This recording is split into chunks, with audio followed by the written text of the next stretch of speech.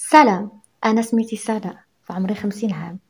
وقعت لي مصيبة كحلة في حياتي في أواخر أيامي، والسكوت ديالي عليها هو اللي وصلني حتى لهاد الدرجة. نبدا لكم من الأول. تزوجت وأنا صغيرة براجل ما كنعرفو ما كيعرفني. المهم من بعد ما تزوجت بيه اكتشفت بلي السيد بارد الكتاف، والله ما دخلت راسي ما ناكل لا كليتو. خرجت كنخدم، درت فراشه في السوق كنترزق بها الله، خضيره، ربيع، تومه، المهم اللي جاب الله. وهو غير مجبد لي في الدار، نهار خدام وعشرة لا. رجعت مني المرا مني الراجل. المهم هادشي هذا كله وانا صابره وكنقول دابا يهديه الله. ما جا فيني يدور العام حتى لقيت راسي حامله. حملت وولدت الوليد الاول سميتو سعد. المهم هنا كثرت عليا المسؤوليه، ما حيلتي نقابل الدري، ما حيلتي نخرج نخدم، حيت ليكوش هو الاخر والله لا شريه ليه، الحليب هو الاخر ما غيشريه ليش. ما حيلتي الخدمه، ما حيلتي الوليد، ما حيلتي نعطي لداك الشمات اللي عندي باش يمشي للقهوه ويشري الكابو. بقيت صابره. ما جا فيني يدور العام الثاني لقيت راسي حامله عاوتاني، وهنايا ولدت بنت. كثرت عليا المسؤوليه وكثروا عليا الضغوطات. ما حيلتي للدراري بجوج، ما حيلتي للدار، ما حيلتي نخلص الكرا وهو ما مسوقش للعالم. عطيها غير الدوران تقول باقي عزري. طلع لي الدم، وهنايا قررت انني نطلق. من بعد بزاف ديال المشاكل معاه، من بعد بزاف ديال الاهانه والضرب. المهم طلقت انا وياه، وهنايا درنا طلاق اتفاقي، وكان هادشي من الشروط ديالو.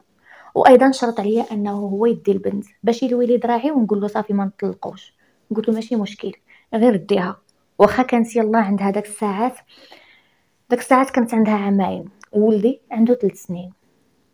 صافي تفارقنا انا وياه، ومن ثم ما رجعتش شفتو مازال، وما بقيتش عارفه بنتي شنو واقع لها. بنتي كنت سميتها فاطمه. صافي كل واحد مشى وعاش حياته. هنايا بدلت انايا داك السكنه هذيك ومشيت كريت بلاصه واحده اخرى. وربي جاب لي واحد ولد الناس تزوجت به، وهو كان راجل عمره ما تزوج. هو ما كانش مزيان ولكن حسن من داك الشماته الاول. المهم تزوجت انا وياه، ولدت معاه ولد حتى هو. بقيت عايشه انا وسعد ولدي ومحمد اللي ولدي من هذا الراجل هذا. راجلي كان كيكره شي حاجه سميتها ولدي، كان ما كيتعاملش معاه نهائيا. فيما يشوفو كيدور في الدار يقولوا سير تخرج عليا. خصوصا ان ولدي كان في الايام اللي كنت كنخليه ونمشي نخدم ونفرش، كان الشارع اللي كيربيه كنت كنخليه مع الجيران، نخليه كيلعب حتى نجي في العشيه. تعلم الهضور بالزنقه، تعلم القباحه ديال الزنقه. وراجلي ما كانش كيحملوه، ما كانش كيقول بلي هذا دري صغير، لا، كان كيكرهو ما كيحملوش. فيما يشوفو يقول له خرج عليا. ولدي واخا كان صغير كان راد البال لهادشي وكان كيبقى فيه الحال. ديما كنشوف عينيه عامرين بالدموع، ولكن كنقول شنو غادي ندير؟ واش نوض ندابز مع راجلي؟ واش نخرج عاوتاني نفرش في الزنقه، عاوتاني نمشي نبيع الخضره؟ كنسكت وكنكمدها في قلبي. على العكس ديال ولدي اللي معاه، كان كيعاملو معامله زوينه، يشري له اللعاب، يديه معاه للجامع. فاش كنقول له دي معاك تا ولدي كيقول لي لا لا، انا ندي معايا داك الموسخ داك الشمكار. واخا راه باقي صغير ديما كان كيعايرو ما كيحملوش. كان كيكسي ولدنا وولدي ما كانش كيكسيه. كان كيشري للولد اللعاب ولدنا وولدي ما كانش كيشري له. وانا كنقول ماشي مشكل، ماشي مشكل، دابا يكبر ولدي ويرجع راجل ويعوض راسو على كاع هادشي هذا اللي كان ناقصو. المهم فاش دخل الولد ديالي للمدرسه، هنايا راجلي قال لي شوفي اختي، الا بغيتي ولدك تقريه نوضي تقعدي خدمي عليه، انا ما نصرفلكش على ولدك. الله الله يا ربي. رجعت ثاني كنفرش الخضره في السوق، غير على قبل ولدي دخلته للمدرسه. من كنخرج مع الفجر ما كنجي حتى المغرب. المهم دخلته للمدرسه، ما بغاش يقرا، ما كيحملش القرايه. الولد ديالي رجعون فيه بزاف، كاع داك الحقره اللي كتمارس عليه في الدار رجع كيطبقها في الشارع ومع الدراري. كل نهار شكاوي، كل نهار الدباس، الاساتذه كيتشكاو، كلشي كيتشكى منه. وانا كانت الدنيا واخداني، عييت وهدني الزمان. ما حيلتي للسوق ونمشي والصداع ديال الخضاره والكريديات والناس والشمس عليا والبرد عليا. ما حيلتي لداك الراجل اللي عندي ما كيحملش ولدي. ما حيلتي للشكاوي ديال ولدي من الجيران والدباس ديالو. صافي عييت تقهرت. صافي ما بقيتش كنتسوق، رجعت كنمشي الخدمه، كنجي مع المغرب كنوجدهم ما يتعشاو وكنعس بحالي. واخا كنشوف شي حاجه ما عجبتنيش اولا كنشوفو كينقص منه اولا كينهضرو، صافي كنسكت وكنكمدها في قلبي. دازت الايام وبقات الدنيا واخداني، وولدي في الشارع هو اللي رباه اكثر مني. بعد جوج مرات الجيران كيقولوا لي حرام عليك، علاش لا يحاول ولدك بحال هكا قدام الباب؟ علاش ولدك الاخر ديما كنشوفو جار باه وهذا جالس غير كيلعب قدام الباب؟ كنقول لهم شنو غادي ندير؟ واش ندير الخاطر لولدي غنطلق عاوتاني؟ نتوما راه ما عارفينش شنو هو الطلاق. بقيت عايشه على هذا الحال. وبنتي فاطمه عمري ما شفتها لا هي ولا الطليق ديالي، وحتى هو عمره ما صونا ولا فكر انه يشوف ولده شي نهار. المهم كنت دائما كيطيح لي هذا السؤال في بالي، كيفاش ما عمره ما جا سول على ولده؟ كيفاش ما باغيش يشوف الشكل ديالو كي داير؟ واش كبر؟ واش مريض؟ واش صحيح؟ واش وقع له شي حاجه؟ رماه وناسيه بحال اللي ما عنده حتى شي حاجه في هاد الدنيا. كبر ولدي سعد ورجع شمكار من الدرجه الاولى، ما عمره ما خدم وحتى من القرايه سمح فيها. كنت كنعيا نغوت وندابز معاه، ولكن بحال اللي كنهضر مع الحيط. قلت له واخا ما بقيتيش باغي تقرا، ما بقيتيش باغي دير حتى شي حاجه، على الاقل خدم وعاونني شويه، جلسني في الدار راني عييت. كيقول لي شنو بغيتيني نخدم اختي؟ واش انت قريتيني؟ قلت له انت اللي سمحتي في القرايه. قال لي انا كنت داك الساعات باقي دري صغير وما عارف والو، حيت قلت لك ما باغيش القرايه قلت لي جلس. فين عمرك ديتيها فيا؟ فين عمرك ديتيني عند شي صنايعي وقلتي لي تعلم شي حرفه؟ دابا عاد جايه كتقولي لي خدم. ولدي تعلم اي حاجه خايبه من الزنقه، وانا كنت سبب من هاد الاسباب. رجعت كل مره كنهضر معاه ونغز فيه ونمعني عليه وكنقول له شوف خوك هو كيقرا وخوك كيقول لي خويا كيقرا حيتاش عنده باه كيتهلا فيه، وحيتاش انتي ما عمرك ما قلتي له شي حاجه. ماشي بحالي انا ما عندي حتى واحد، انتي النهار كله وانتي غايبه في السوق، وانا شكون عندي؟ انا ما عندي حتى واحد في هاد الدنيا هادي. بزاف ديال صحابو كيقولوا له شوف خوك احسن منك، شوف خوك شنو لابس، شوف خوك شنو عنده، شوف خوك. وهو هادشي كان غير ما كيزيد يجعرو اكثر اكثر. المهم من بعد النقير ديالي قرر انه يخدم. رجع حتى هو مره يفرش في السوق، مره كيبيع صوفيطمات، مره كيبيع صنادل دميكه. كل مره شنو كيدير؟ ولكن دائما كيدابز، دائما كيتخاصم، وناري غير لا شاف فيه شي واحد شي شوفه ماشي هي هذيك كنلقاه مشانق مع عباد الله. المهم في الغاديه والجايه كاين الدباز، ما كاين حتى شي واحد في الحومه ما تقاتلش هو وياه. كل نهار شكاوي كل نهار. المهم كان كيخدم نهار يومين سيمانه ويجلس لي شهرين. داز هاد الشي ولدي صافي كبر ورجعت تقريبا عنده 18 ولا 19 عام. رجع عنده تقريبا 19 عام. هنايا كنتفاجئ بلي واحد النمره غريبه كتصوني عليا. جاوبت، كان الطليق ديالي.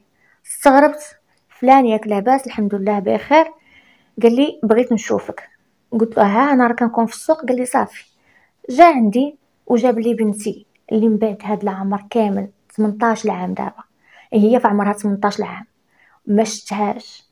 فرحت بزاف كيف شفتها بنتي في الجمال كتحمق. قلت الحمد لله، واخيرا الحياه غادي تخليني نشوف بنتي ونشوفها كي دايره. وحتى هو جا يسول على ولده. للاسف جا عندي للسوق، مد لي البنت وقال لي الله يعاون. قلت له كيفاش الله يعاون؟ واش تخليها معايا نهار يومين سيمانه وترجع ليها؟ قال لي لا اختي، انا مزوج وبنتك ومراتي دايرين لي بحال الدراير في الدار، انا ما بقيتش مرتاح. ما حلتي لولادي من داك المراه، ما حلتي لمراتي، ما حلتي لبنتك. وزيدون اختي انت راك امها والبنت كبرات ودابا انت اللي قدي بها. قلت له ما باغيش نشوف ولدك. قال لي ما عندي ما ندير به. مشى زادني كيا على كيتي. لاحظت بلي بنتي ماشي هي هذيك. عيطت له في التليفون وقلت له البنت جاتني ماشي هي هذيك، بحال اللي بهله شويه وما بينش عليها في وجه ديالها. قال لي نسيت ما قلتلكش، بنتك عندها اعاقه ذهنيه ولكن خفيفه، ماشي ثقيله، ماشي يعني من داك المنغوليان، ولكن تقريبا بحال هكاك، يعني بحال شي دري صغير اي حاجه قلتيها لها كتسيقها. المهم جبتها معايا للدار، كنت فرحانه بها وطايره بالفرحه. قلت الحمد لله غادي تعاونني في الشغل ديال الدار، غادي نجي نلقاها موجده لي الماكله. غير دخلت جا راجلي قال لي شكون هاد البنت؟ قلت له بنتي. قال لي الله اكبر، دابا غتبقاي جالسه ليا انت هنايا انت وولادك، داكشي اللي كان ناقصنا، ما قدو فيل زادو فيلا. واش ماشي برك عليا ولدك الشمكار الموسخ اللي ديما جايب لي المشاكل، زدتي معايا حتى بنتك؟ قلت له شنو غادي ندير، واش غادي نلوحها في الزنقه؟ قال لي رجعيها لباها. قلت له باها راه ما بغاش، وشنو غندير، واش غنلوح كبتي؟ بقى جالس كيقول لي واش انا بزز ما قلت الحمد لله ولدك رجع كيخدم مره ومره لا، رجعتي انت دابا باغا عاوتاني تزيديني ببنتك؟ بقى كيزدح في البيبان وهي رجعت الماعن ما ديتهاش فيه، عارفه ديما كيدير هكا وكيرجع يتكالما. البنت السيمانه الاولى ما حملتش نهائيا الدار، جالسه وكتبكي في القنت حيتاش ما مولفاش بيا انا، ما مولفاش بهاد الجو، توحشت باها، ديما جالسه حدا السرجم وكتبكي. حتى لواحد النهار ما عرفتش كيفاش وقع لها، كانت جالسه كانت جالسه في البالكو شويه، والبنت كتلوح راسها، والحمد لله حنايا ساكنين زعما في ليطاج الثانيه. لاحت راسها البنت تهرست، جوج الهرسات من رجليها وهرسه من كتفها، ديناها كنجيرو للسبيطار، درنا لها القبص. مالك ما باغياش يجلس معانا، ما ولفتش، عيطت لباها قال لي شغلك هذاك؟ لا انا بارك عليا، انا راه تقهرت بالمشاكل، مراتي ما كتحملش بنتك، شنو غندير، واش نقطع راسي؟ ما حنش فيها. المهم بقيت مقابلاها، نمشي للسوق ونجي نقابلها، وولدي حتى هو كيرد لها البال مره مره. بقيت غادي على نفس الحال، كل نهار كنوض مع الفجر، كنمشي ندي الفراشه ديالي ونتلاقى مع الناس اللي كيجيبوا لي السلعه، نفرش ونجي للدار ونبدا الشغل من الاول. ما قلت الحمد لله جات عندي البنت اللي تعاونني في الشغال، صدقت مقابلها هي ومقابلها خدمتي. المهم دازت الايام وبدات كتعالج شويه بشويه، والحمد لله من بعد شي شهور قلالين رجعت كتنوض وكتمشى، وحيدنا لها القبص ورجع كلشي بخير. هنا راجلي فاش شافها لاحت راسها عزت عليه وعرف البنت ماشي طبيعيه، والحمد لله ما بقاش كينقر عليا وعليها. كنت كنلاحظ شي تصرفات ماشي هي هذيك ديال ولدي، ولكن كنقول ماشي مشكل، هذه راه اختو، كنشوفو رد لها البال بزاف. في الاول ما كانتش كتحملو، غير يقرب ليها كتبقى تغوت وتبكي، ولكن من بعد رجع كيجيب لها السقاطه، كيتهلا بها، كيهتم بها، وهي ولفات به. ورجعت فيما ندخل لقاه جالس حداها كيوكلها وفرحانين مع بعضياتهم. كنت كنقول الحمد لله ما دابزليش مع اختو، الحمد لله غير من ربي هذه عليها. المهم كنت كل نهار كيف ما قلت لكم كنمشي مرايا في خدمتي، راجلي كيمشي لخدمته، وولدي الاخر دايها في الجامعه ديالو. اما الشميكير ديال ولدي كيف ما قلت لكم مره كيخدم مره لا، كنمشي كنخليه باقي ناعس في الدار. انا ما عارفاش شنو كيدور في راسو، ما عارفاش كيفاش كيشوفها، ما عارفه حتى شي حاجه. الولد رجع كيشوف لختو بنظره وحده اخرى. السيد الولدي كبر وما عمرو ما كانت عنده علاقه مع شي بنت، حيت حتى وحده ما غادي ترضى به، لا من الحومه لا ملي كيعرف، حيت الشمكار وقليل الاداب. ولكن للاسف هو حط عينيه على اختو وعجباتو، كانت بعيده عليه وما كانش فاهم شنو هي اختو، واخا راه مرباه الشارع وعارف بلي اختو شي حاجه حرام، الغريزه ديالو تحكمت فيه. ما كانش عارف بلي اختو هذيك راه الشرف ديالو خصو يحافظ عليها من البراني، ماشي منه، من البراني. المهم كان جالس وكيبقى يشوف لها في الجسم ديالها،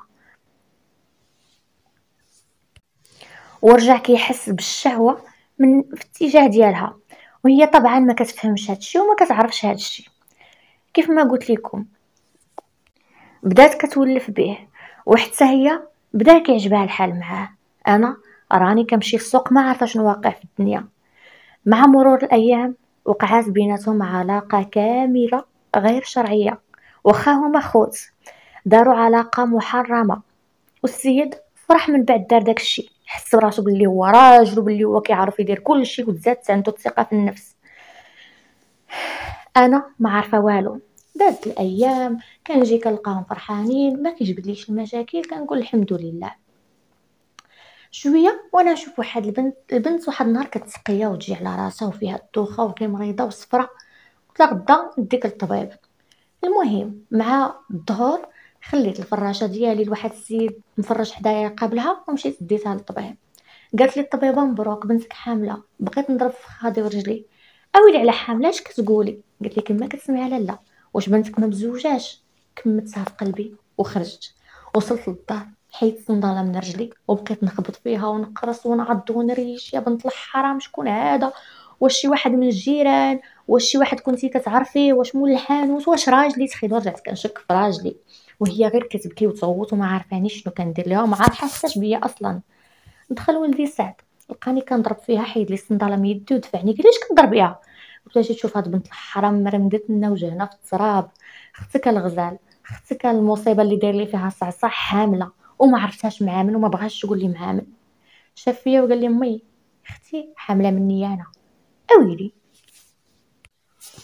اش كتقولي يا ولد الحرام؟ كيفاش حامله منك؟ قال لي: كيما كتسمعي، والمره الجايه نلقاك كضربيها غادي نهرس لك يديك. قلت له: اويلي على ولد الحرام. بقيت جالسه كنضرب فيه وندفعو، دفعني جابني مع الحيط. ما عرفت راسي باش تبليت. قال لي: راه كنقولها لك وما كنضحكش معاك، المره الجايه تقاسيها غنذبحك. بقيت نضرب في راسي وفي خاضي وفي وجهي على زهري العوج وعلى التربيه ديالي وعلى حياتي اللي ضاعت غير هكاك. ما لقيت ما ندير، كملتها في قلبي وسكت. شنو غادي نقول؟ شنو غادي ندير؟ لمن غنقول فضيحتي؟ بقيت كنتسنى راجلي حتى جا. قلتها له، قلت له: بغيت نقول لك واحد الحاجه. قال لي: ياك لاباس، ياك ما داك الجغل ديال ولدك عاوتاني دار شي مصيبه. قلت له: لهلا يوريك، بنتي حامله. قال لي: اعوذ بالله من الشيطان الرجيم. قلت له: المشكله الفضيحه الكبيره مع خوها.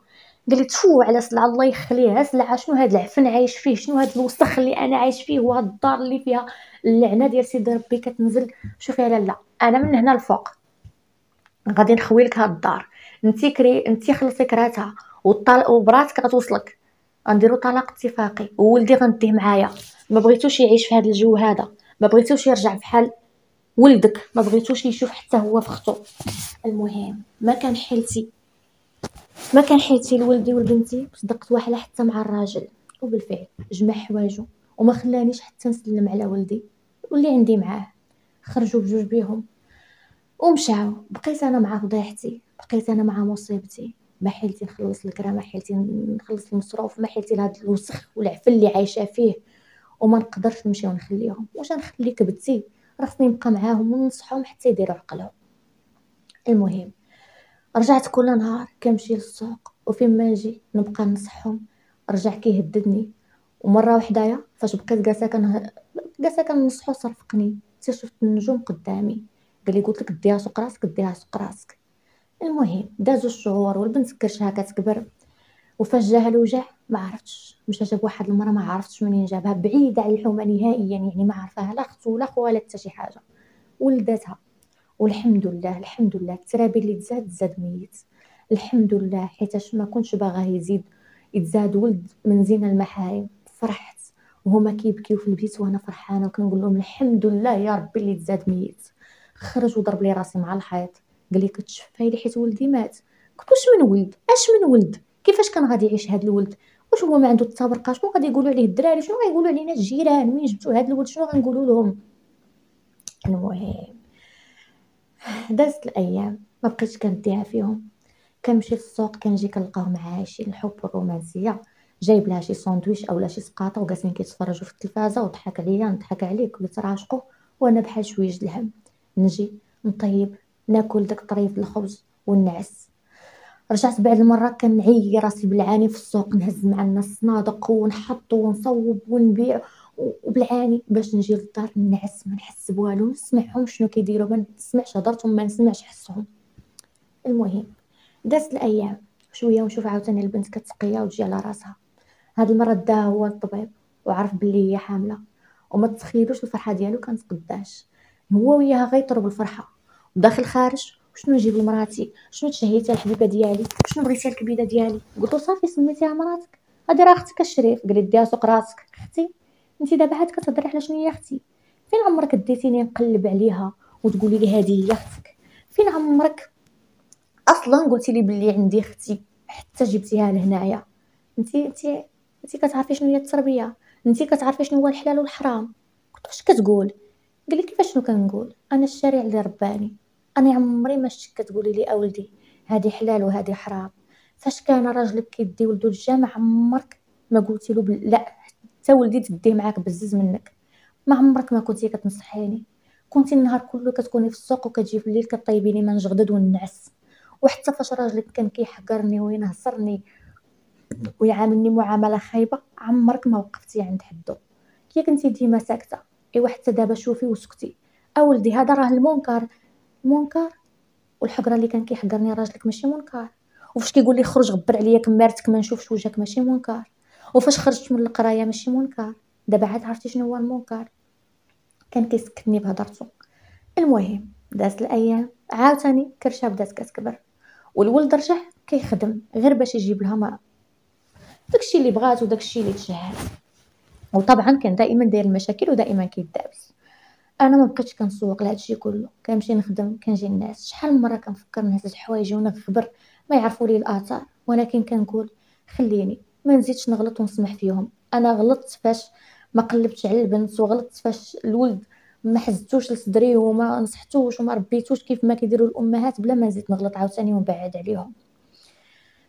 المهم دازت الايام، عاوتاني جاها الحريق ديال الولاده، مشى جاب لها نفس المراه ولدتها. وهاد المره خلاق الترابي، صحيح فصيح وليد كيحمق ما شاء الله. كانوا غادي يطيروا بالفرحه. وطبعا ما كاين لا اسبوع لا والو، شنو غنقولوا للجيران شنو غنقولوا للناس. دازت عامين، الوليد بدا كيخرج لحدا الباب، كيخرج يلعب حتى هو مع قرانو. الجيران كيسولوا شكون هذا شكون هذا شكون هذا الوليد، منين جبتوه منين جبتوه؟ ما كنجاوبهمش. فيما نتلاقى شي جاره شكون داك الوليد، كندير راسي ما سمعتهاش. المهم هنايا عاوتاني الغزاله ديالي اللي ما دايره لي حتى شي حاجه في الدار مقابله لي غير الحماله، شو كنشوفها كتسقيا. هنا ما بقيتش قادره نصبر، بقيت نضرب في خادي وفي وجهي وفي يدي، وبقيت نغوت معاهم ونضرب معاهم. شنو هاد الفضيحه، شنو هاد المنكر، واش نتوما باغيين تقتلوني؟ واش حنا الجيران كيفاش غادي نديروا نقولوا لهم عاوتاني هاد الولد الثاني ولا هاد البنت الثانيه منين جاو؟ اول مره كنت كنعلي صوتي حيت حنا موالفين كندابزو غير بشويه، ما كنخليوش الجيران يسمعونا. هاد المره حسيت بلي هادشي اللي غاديين فيه ما غاديش يديروا عقلهم وما غاديش يترباو. بقيت جالسه نغوت ونصرصر وندابز معاه وندقدق في الماعن. جاتني واحد الحاله هستيريه. داك الساعات ولدي ما تحملش انه يشوفني كنغوت وكنضرب فيها وكنضرب فيه. ناض عطاني قتله ديال العصا، صرفيق، الركل، الضرب مع الحيط. عطاني قتله د العصا بحال اللي راني شي راجل ماشي مرا.